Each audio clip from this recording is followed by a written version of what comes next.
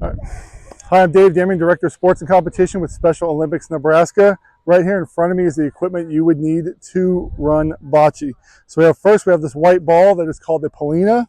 Looks just like a cue ball in pool, but it's called a Polina for bocce. We also have 4 green balls and 4 red balls. A little bigger than the Polina. That's the traditional colors we use, red and green. We also have a ping pong paddle that we use that is color coded as well, red and green. Tape measure, everything in bocce should be measured in centimeters. This one happens to have inches and centimeters on it, so you can use either one, but when you turn in scores, it will be in centimeters. Last thing we have is a stopwatch. Bocce is going to be played to 12 points for singles and doubles, 16 points if you have a 4-person team. The game is generally played to 30 minutes. It can be shortened based on competition management, so you will have a stopwatch with you that you can start and stop so you know how long the game will be. This is our standard bocce court that we play on. It is 12 feet by 60 feet long. You can't see right now because there's not a line down, but this red line here represents the 10-foot line that the athlete or partner would have to throw from behind. There's an additional one at the other end of the court, which is 50 feet from here or 10 feet from the back line. The middle of your bocce court is 30 feet. Again, there's not a line out here right now, but you can see if there was, it would coincide with this black mark here at the 30 foot. As I said, we paddle flip. I'm going to say that the green team gets to go first. It's up to the 2 players, the unified partner and the athlete, or the 2 athletes, to determine who is going to throw out the Polina first. So we won the coin flip. We throw the Polina out first. I'm going to throw it out. If I throw the Polina out first, I have to throw the first ball. I can't throw the Polina and let Nate throw the first ball. Okay, so that athlete will just stay out there, or that unified partner will stay out there. And it's up to you for unified. You may want the unified partner to do it every time. Maybe the athlete isn't strong enough to get it past the 30-foot point. That's fine. There's no rule that says it has to flip-flop back and forth. There's no rule that says it has to be the athlete every time. It can be either one, and that can be part of your strategy moving forward when you're playing. So the rule is I got to be behind 10-foot line. I have to cross the 30-foot line completely. The ball cannot be resting on it or touching it at any point. I have 3 opportunities to throw this pass there. That's considered a good throw. It has to land or stop beyond the 30-foot mark. But before we get to this 50-foot mark, this last 10 or so, this area right here is where that ball has to stand. It can be rolled when I throw it out, and I'm back here. If I want, I can roll it down that rail. It can hit the rail. It can do all that stuff. That's fine. There's nothing illegal about it hitting a rail on the way down, as long as where it stops is in that area. Now, as I said, I got to throw my first ball out, so I'm going to throw it there. Here's a question I get a lot. Well, that ball didn't go into the area. Does that ball count? That ball is good. We can play that ball no matter what. That ball can even go all the way back and hit the back wall to start. It doesn't matter. As long as that Polina is in that area, we're good to go. We can keep playing. If I'm the one that is going to throw out the Polina or the first ball in the competition or the frame, I need to make sure that I am standing behind this 10-foot line, and the Polina has to travel beyond the 30-foot, but before that 50-foot line. So I'm going to throw it out now. The referee would determine that that is a good throw because it has gone beyond the 30-foot mark, but stopped before the 50-foot mark. Next up, since I was the one who threw out the Polina, whether I'm the athlete or unified partner, I would then have to throw out the first ball. My team happens to be red, so I'm going to pick up a red ball. Again, I'm behind this 10-foot line, and I'm going to deliver the first ball towards the Polina. The goal is to get as close to the Polina as possible. It's okay if it hits the Polina, moves the Polina, or comes before or behind it, doesn't matter, as long as it is in contention, which would mean the ball is in the 60 by 12-foot area. All right, so now I'm going to play the part of the official.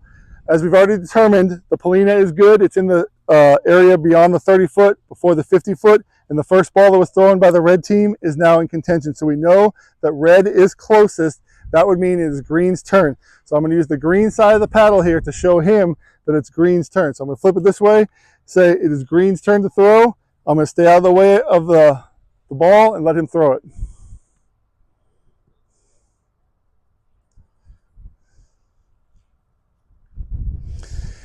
As you can see from where the ball has ended up, it is not closer than the red ball. So the red team is still what is considered in, green team is out. It would then be Dylan's turn to throw a second ball. I would hold up the green again for them to see green's turn.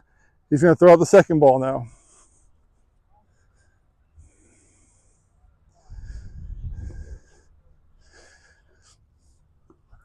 Just looking at this, I can pretty much determine that the red ball is closer just by looking, but it is difficult sometimes for our spectators, coaches, or even athletes or partners down at the other end to determine which one is closer from where they are.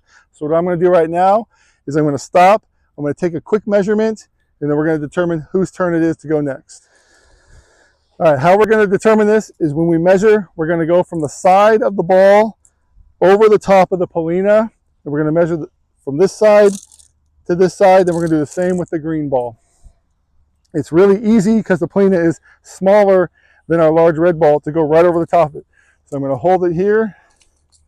We're going to touch the side there. We're going to go right over the top, and I can see this is it. What is that? 30, 40, 61 and a half centimeters. Now I will go to the side of the green ball. Going over it, we are at 81 and a half centimeters. So the red ball is still closer. We would then have green deliver another ball. Even though they've already thrown two, he will then have to deliver his third ball. I'll use the paddle to determine that, to show the audience and him that is the green is still out, red is in contention.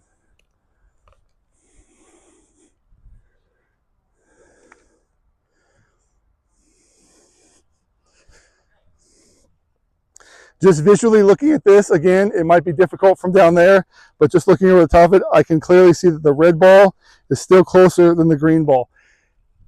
He could ask for another measurement if he'd like, and I would give that to him just based on this, but I can still determine just by looking at that red is closer. Green would throw their last ball even though, green will throw the last ball even though red has not delivered a second, third, or fourth ball.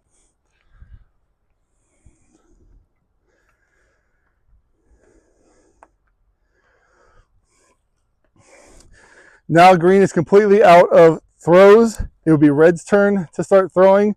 What I would want to do as red is I would want to ask for a measurement to see if that green ball is closer now or not, because it was hit by the other one. And that will kind of change my strategies of what I need to do to try and score points. So the measure. Green is at 54 centimeters.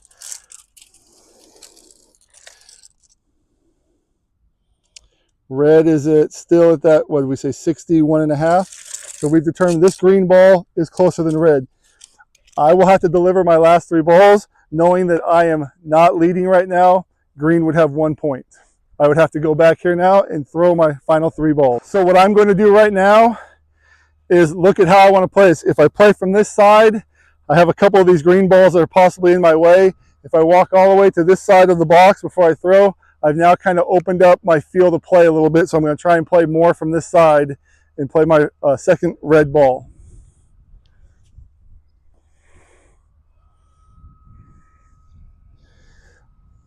Looks like from that red ball did not score, so it's probably still green 1 point.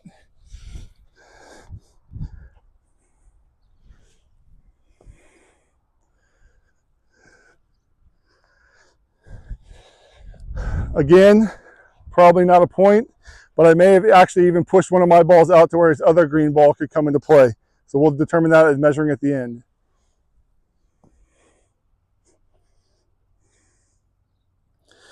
All right, all 8 balls have been thrown between the two. Now we will have to determine which balls are closer for our final scoring.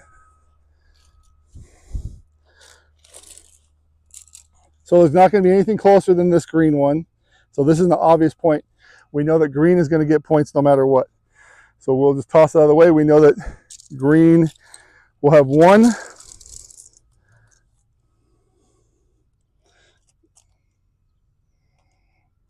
Um, 66 and a half for my closest red there. That's in the 90s. That's in the 80s. So the next closest would be the red. So at this point, green would have 1 point based on that ball that we knew was obviously closer. It would be green 1. The referee would hold up the ball or the paddle, whichever. Green 1 point to let everyone know they scored at this point. We would then throw all the balls to the opposite side, and now we're going to play the next frame going this way with green throwing out the Polina and the first ball. During the frame, which would be, we're starting this way, only one team can score per frame. It's either going to be the red team or the green team, and they're going to score between 1 and 4 points. Since there's 4 green balls or red balls, that's the maximum number of points they can score is 4. The minimum would be 1. There are occasions where there is a tie, in which case no points would be awarded. If that happens, we start that frame over again. If it's singles and doubles, it's the first team to 12. If we were playing teams, which we don't do in Nebraska, but they do at higher competition, it would be 16 points. The other thing is the time frame.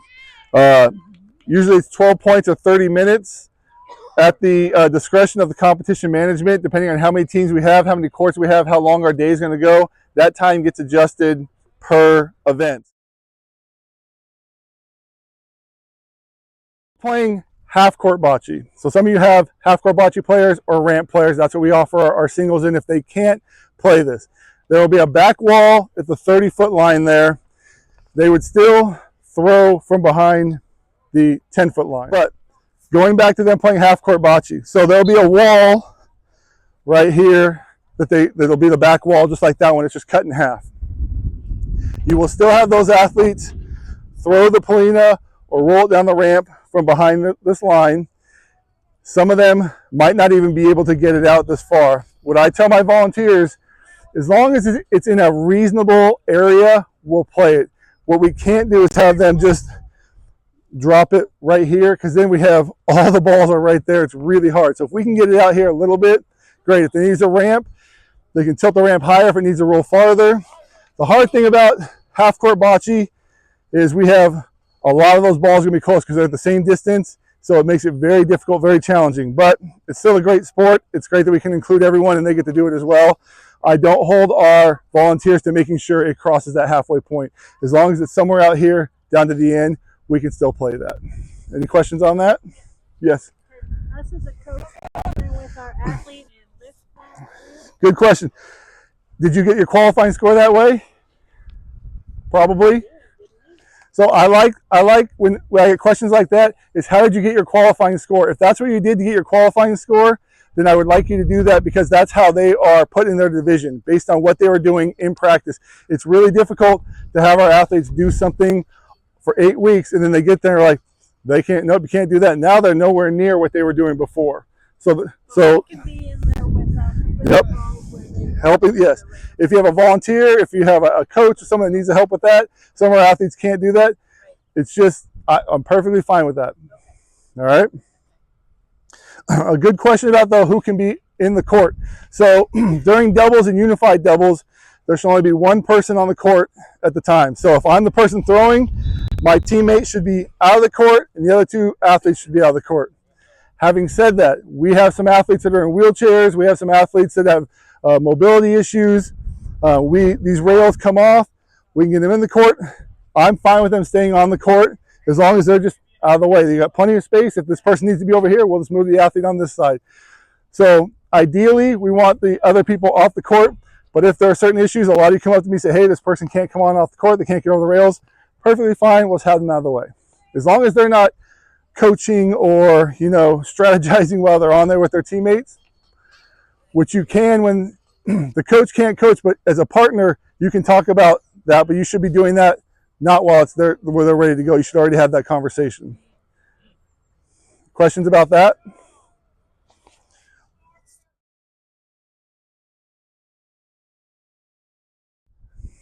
Okay, so we're going to say now we're playing the next frame back. We know that green scored the last point, so they throw out the first ball. We're going to pretend he's throwing it from behind the 10-foot mark. The ball comes down here, and I'm going to say it lands right about there. We know that is a good throw. It is going to be red's turn. All right, so we're going to say the red ball comes and lands right here, and I measure this, and these are both 10 centimeters apart. We know that green threw first, so we knew that they were in red through second, they got just as close but no closer. Red would then have to continue to throw until they are closer than the green ball. Just because they're tied in distance doesn't mean they're closer. So red would have to continue to throw until they became closer. All right, now we're coming to the end of the frame. We've had 7 balls played. Green is playing their last ball. They roll it down, and it comes to rest right here, kind of like that earlier situation. But now we are completely done with the frame. I measure this 10 centimeters exactly. No team would get a point for this. It'd be 0-0. We pick up all the balls. We go back to the same end we were at before, and we play the frame over. It's a dead frame. Dylan would throw out the first ball, the Polina and the first ball, because he was the one that threw it out to start the last frame that we just considered dead. So we would just replay it, same way we started, from the same direction. Coming into our last situation here, we have red is clearly going to be the team to score the point. They're the closest, so we know it's going to be red 1 point at least. When we get rid of that obvious point, get it out of the way, our next 2 are now equal distance. Those cancel each other out. There's no more scoring at that point. So you would just have 1 point red and no other points. Red would then start from this end, coming back this direction, throwing out the Polina, and then the first red ball. Now we got to where your athletes are divisioned.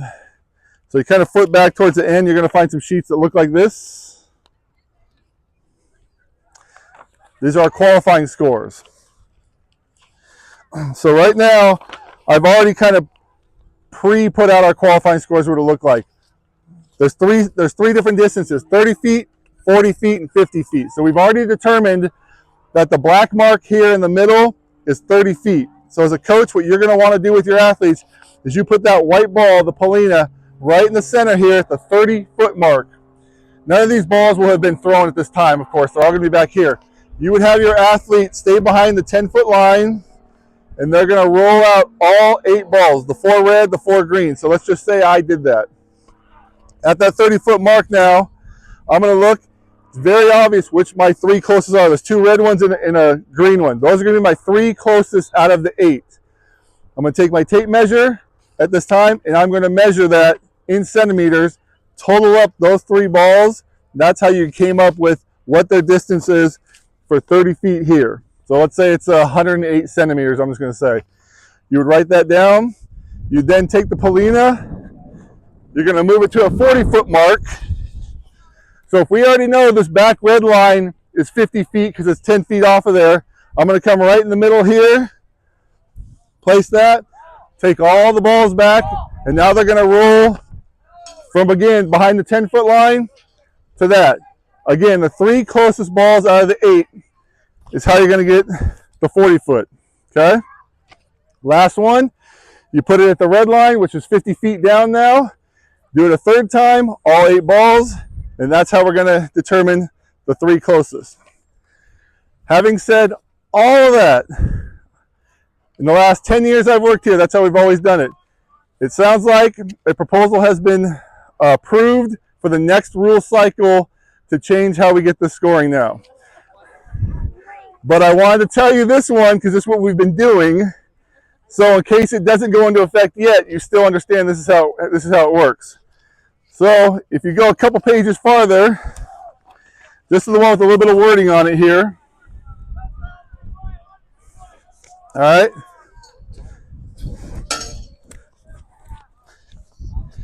Exact same distances. What we'll do is I'll end up changing this on our website. If they do, we'll get rid of the old one. We'll put the new one up. It'll be pretty easy to follow. But again, we're going to be at the 30-foot mark.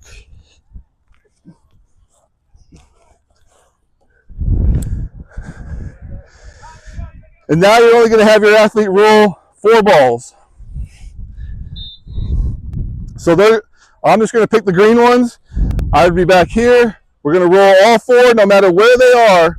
You're measuring those 4 distances now instead of the top 3 out of 8.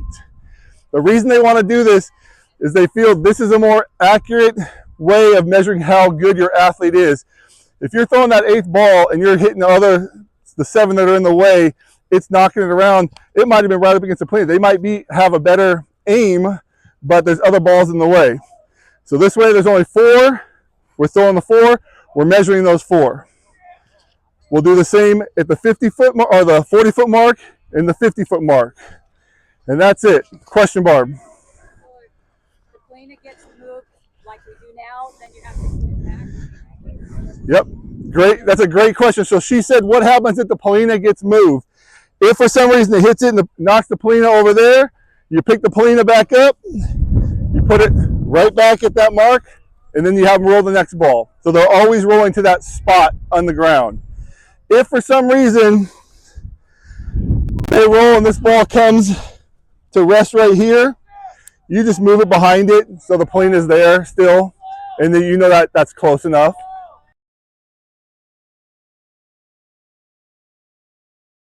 We go back to our qualifying scores. It's the same thing we did for the 20 or the 30, 40, 50, but now we're just doing, I gotta double check, what is it, 20 and 30. So it'll be 20 feet and 30 feet. So you have it here and you would have it there. Same thing if we go to that new system, which we will go to, it'll be 4 measurements, and that's how we'll get those half court ones.